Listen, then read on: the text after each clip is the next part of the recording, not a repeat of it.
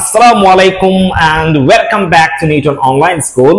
আজকে আমরা চেঞ্জিং সেন্টেন্সের যে টপিকটি আলোচনা করব সেটি হচ্ছে কিভাবে অ্যাসার্টিভ সেন্টেন্সকে আমরা এক্সক্লেমেটরি সেন্টেন্সে রূপান্তর করব। এই বিষয় নিয়ে আমরা আজকে আলোচনা করব। সুপ্রিয় শিক্ষার্থীরা, তোমরা এখানে দেখতে পাচ্ছো আমি অ্যাসার্টিভ থেকে এক্সক্লেমেটরি সেন্টেন্সে রূপান্তর করার জন্য আমি 5টি রুলস লিখেছি এবং খুবই শর্টকাটে রুলগুলো লেখার চেষ্টা করেছি। তো কথা না বাড়িয়ে আমি রুলগুলো বোঝানোর চেষ্টা করছি। তার আগে বলে নিই, তোমরা যারা আমার এই ইউটিউব চ্যানেলে নতুন, প্লিজ আমার চ্যানেলটি সাবস্ক্রাইব করে নাও অথবা ফেসবুক পেজটি ফলো করে আমার সাথে থাকো। সো আশা করি পুরো সেশন জুড়েই তোমাদের আমি ইংলিশ গ্রামার শেখাবো ইনশাআল্লাহ। তো আমরা আজকে টপিকটি শুরু করছি অ্যাসার্টিভ সেন্টেন্স। অ্যাসার্টিভ সেন্টেন্স কি? অ্যাসার্টিভ সেন্টেন্স হচ্ছে যেখানে সাধারণ বর্ণনা থাকে, subject plus verb plus object, এই স্ট্রাকচার থাকে। আর এক্সক্লেমেটরি সেন্টেন্স হচ্ছে যেখানে মনের ইচ্ছা, আবেগ, উচ্ছ্বাস আমরা প্রকাশ করি যে বাক্যগুলোর মাধ্যমে। যেমন ধরো, ওয়াও পাখিটি খুব সুন্দর, এই যে এক্সপ্রেশন দেয়া থাকে সেই সেন্টেন্সগুলোকে আমরা এক্সক্লেমেটরি সেন্টেন্স বলি। তো অ্যাসার্টিভ সেন্টেন্সকে কিভাবে আমি এক্সক্লেমেটরি সেন্টেন্সে নেব আমি দেখাচ্ছি। প্রথম যে রুল আমাদের সামনে আছে সেটি হচ্ছে, যদি অ্যাসার্টিভ সেন্টেন্সে এ অথবা এন যুক্ত থাকে এবং সেই সাথে যদি ভেরি অথবা গ্রেট যদি থাকে, এ অথবা এন থাকে এবং ভেরি অথবা গ্রেট যদি থাকে, তাহলে আমরা সেটাকে কিভাবে এক্সক্লেমেটরি সেন্টেন্সে রূপান্তর করব। দেখো, আমি এখানে একটি এক্সাম্পল লিখেছি এবং সেখানে বলা হয়েছে he is a very good student. He is a very good student, সে খুবই ভালো একজন ছাত্র। তো এখানে দেখো, এ আছে, ভেরি আছে। যখন ভেরি অথবা গ্রেটের সামনে এ অথবা এন থাকবে, তখন আমরা সেই রুলটিকে 1 নম্বর রুল ধরে নেব এবং এই রুলটি যদি আমরা বিবেচনা করি তাহলে এক্সক্লেমেটরি সেন্টেন্সে কি হবে দেখো। প্রথমে হবে হোয়াট। এখানে এ থাকায় আমি লিখছি হোয়াট, এ ভেরি থাকায় লিখছি হোয়াট। তারপর আমি লিখতে হবে এ অথবা এন। তো আমি এখানে আছে এ, আমি লিখে ফেললাম এ ওয়ারে। তারপর আছে অ্যাডজেক্টিভ। অ্যাডজেক্টিভ বা এই যে পরের অংশ, ভেরির পরের অংশ এখানে রয়েছে গুড স্টুডেন্ট, সেটা আমরা লিখব গুড স্টুডেন্ট। তারপর সাবজেক্ট, এরপর বসবে ভার্ব। তো দেখো এখানে সাবজেক্ট কি, আমরা জানি সাবজেক্ট শুরুতে থাকে হি, তারপর আছে ভার্ব ইজ, আমরা এখানে লিখে ফেলবো ইজ। অ্যাসার্টিভ সেন্টেন্সে সাবজেক্ট ভার্ব শুরুতে আর এক্সক্লেমেটরি সেন্টেন্সে সাবজেক্ট ভার্ব শেষে থাকে, এটা মনে রাখবে সব সময়। আর পুরো সেন্টেন্স শেষে আমরা একটি এক্সক্লেমেশন সাইন দিয়ে দেব, এই যে শেষে রয়েছে এক্সক্লেমেশন সাইন। সো শিক্ষার্থীরা, তোমরা দেখতে পারছো আমি সেন্টেন্সটিকে খুবই সহজ উপায়ে অ্যাসার্টিভ থেকে এক্সক্লেমেটরি সেন্টেন্সে রূপান্তর করে ফেলেছি। কি করেছি?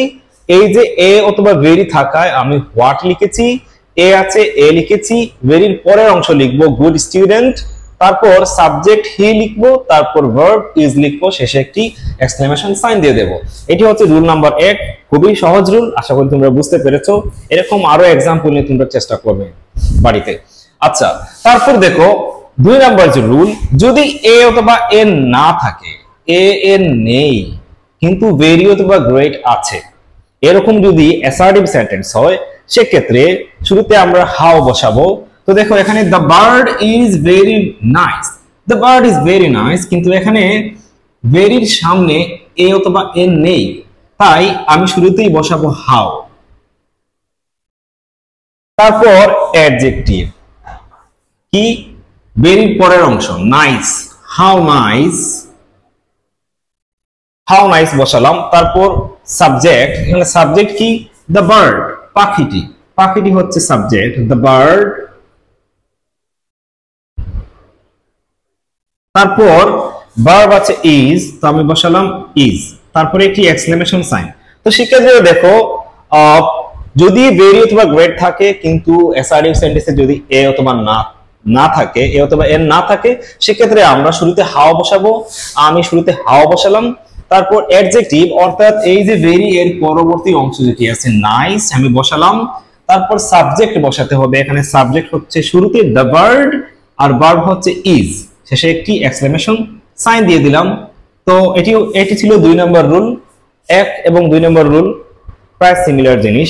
তারপর দেখো আমরা 3 নম্বর রুলে যাচ্ছি। 3 নম্বর রুলে কি বলা হয়েছে যে it is a matter of joy that, it is a matter of joy that, it is a matter of joy that যদি থাকে তাহলে আমরা এর পরিবর্তে হুররে বসাবো। আমরা জানি হুররে হচ্ছে কি আনন্দবাচক ধ্বনি। আমরা যখন খেলায় জিতে যাই, হুররে আমরা ম্যাচটি জিতে গেছি, আমরা বাংলায় বলি না আহা হা হা আমরা ম্যাচটি জিতে গেছি, ঠিক একইভাবে হুররে হচ্ছে আনন্দবাচক ধ্বনি। তো দেখো it is a matter of joy that, এটি আনন্দের বিষয় যে যদি এরকম থাকে it is a matter of joy that, তাহলে এর পরিবর্তে শুধুমাত্র it is a matter of joy that এই জায়গার পরিবর্তে আমরা হুররে বসাবো।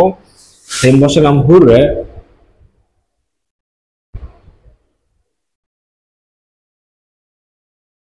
তারপর এক্সক্লেমেশন সাইন দিতে হবে। এগুলো হচ্ছে ইন্টারজেকশন, তো সেক্ষেত্রে শব্দের শেষে এক্সক্লেমেশন সাইন দিতে হয়। তারপর আছে দ্যাট এর পরের অংশ আমরা বসিয়ে দেব উই হ্যাভ ফিনিশড ইট, আমরা এটি শেষ করে ফেলেছি। উই হ্যাভ ফিনিশড ইট। এখানে কিন্তু এক্সক্লেমেশন সাইন আমি দেব না, এক্সক্লেমেশন সাইন আমরা অলরেডি দিয়ে দিয়েছি, তো এক লাইনে দুইবার আমরা দিতে পারবো না। তাহলে দেখো it is a matter of joy that এর পরিবর্তে আমি বসালাম হুররে। তারপর বাকি যে অংশ আছে উই হ্যাভ ফিনিশড ইট, আমরা এটি শেষ করে ফেলেছি। Hurray we have finished it, আহা হা হা আমরা এটি শেষ করে ফেলেছি। তো এরকম একটি এক্সপ্রেশন আছে এই সেন্টেন্সটিতে। তো শিক্ষার্থীরা একটি ছিল 1, 2 এবং 3 নম্বর রুল। এখন আমরা 4, 5 নম্বর রুল দেখে নেই, তাহলে সহজেই আমাদের এসআরডি থেকে এক্সক্লেমেটরি সেন্টেন্স শেখা হয়ে যাবে। সুপ্রিয় শিক্ষার্থীরা, এখন দেখো আমরা যে 4 নম্বর যে রুলটি দেখতে পাচ্ছি, যে আগে ছিল it is a matter of joy that, এটি আনন্দের ব্যাপার যে, কিন্তু এখন আছে it is a matter of sorrow that, এটি দুঃখের বিষয় যে। যদি it is a matter of sorrow that থাকে তাহলে শুধু এই অংশের পরিবর্তে আমরা এক্সক্লেমেটরি সেন্টেন্সে এলাস বসিয়ে দেব, বাস হয়ে যাবে। দেখো এখানে আছে it is a matter of sorrow that, it is a matter of sorrow that, এটি দুঃখের বিষয় যে। এই যে অংশটুকু সেটি না লিখে আমি শুধু লিখব এলাস। এলাস মানে কি হায় হায়, মানে এটিও দুঃখের বিষয়। এলাস লিখলাম, এক্সক্লেমেশন সাইন দিয়ে দেব যেহেতু এটি ইন্টারজেকশন। তো আমরা ইট is a matter of sorrow that এর পরিবর্তে এলাস লিখলাম, আর তারপর পরবর্তী অংশ যা আছে হুবহু আমরা তাই লিখে ফেলবো। তো এখানে কি আছে we have lost the game, আমরা খেলাটি হেরে গিয়েছি। তো we have lost the game, আমরা খেলাটি হেরে গিয়েছি। তাহলে ইট is a matter of sorrow that এর জায়গায় শুধুমাত্র এলাস বসবে, এক্সক্লেমেশন সাইন বসবে, আর বাকি অংশ যা আছে তা রয়ে যাবে। তো এটি ছিল 4 নম্বর রুল। দেখতেই পাচ্ছ আসলে অ্যাসার্টিভ থেকে এক্সক্লেমেটরি সেন্টেন্সে ট্রান্সফর্ম করা খুবই সহজ এবং খুবই সাধারণ একটি বিষয়। তারপর দেখো আমি যে 5 নম্বর রুলটি দেখতে পাচ্ছি, এখানে আছে আই উইশ। যদি অ্যাসার্টিভ সেন্টেন্সে আই উইশ থাকে, আই উইশ আমার ইচ্ছা, যদি এই টাইপের মানে মনের ইচ্ছা প্রকাশ করা হচ্ছে, এখানে আই উইশ থাকলে এক্সক্লেমেটরি সেন্টেন্সে ইফ বসবে। তাহলে দেখো আই উইশ এখানে আছে I wish I were a bird, আমি যদি পাখি হতাম, আমি যদি পাখি হতাম, একটি মনের আকাঙ্ক্ষা। তো আমি যদি পাখি হতাম, এখানে আই উইশ যে অংশটি আছে আই উইশের জায়গায় আমরা শুধুমাত্র বসিয়ে দেব ইফ, তারপর বাকি অংশ যা আছে তাই থেকে যাবে। এখানে আছে I were a bird, if I were a bird, যদি আমি পাখি হতাম। তো শিক্ষার্থীরা এটি ছিল অ্যাসার্টিভ সেন্টেন্স থেকে এক্সক্লেমেটরি সেন্টেন্সে রূপান্তর করার আপাতত শর্টকাট টেকনিক ছিল এটি। আশা করি তোমরা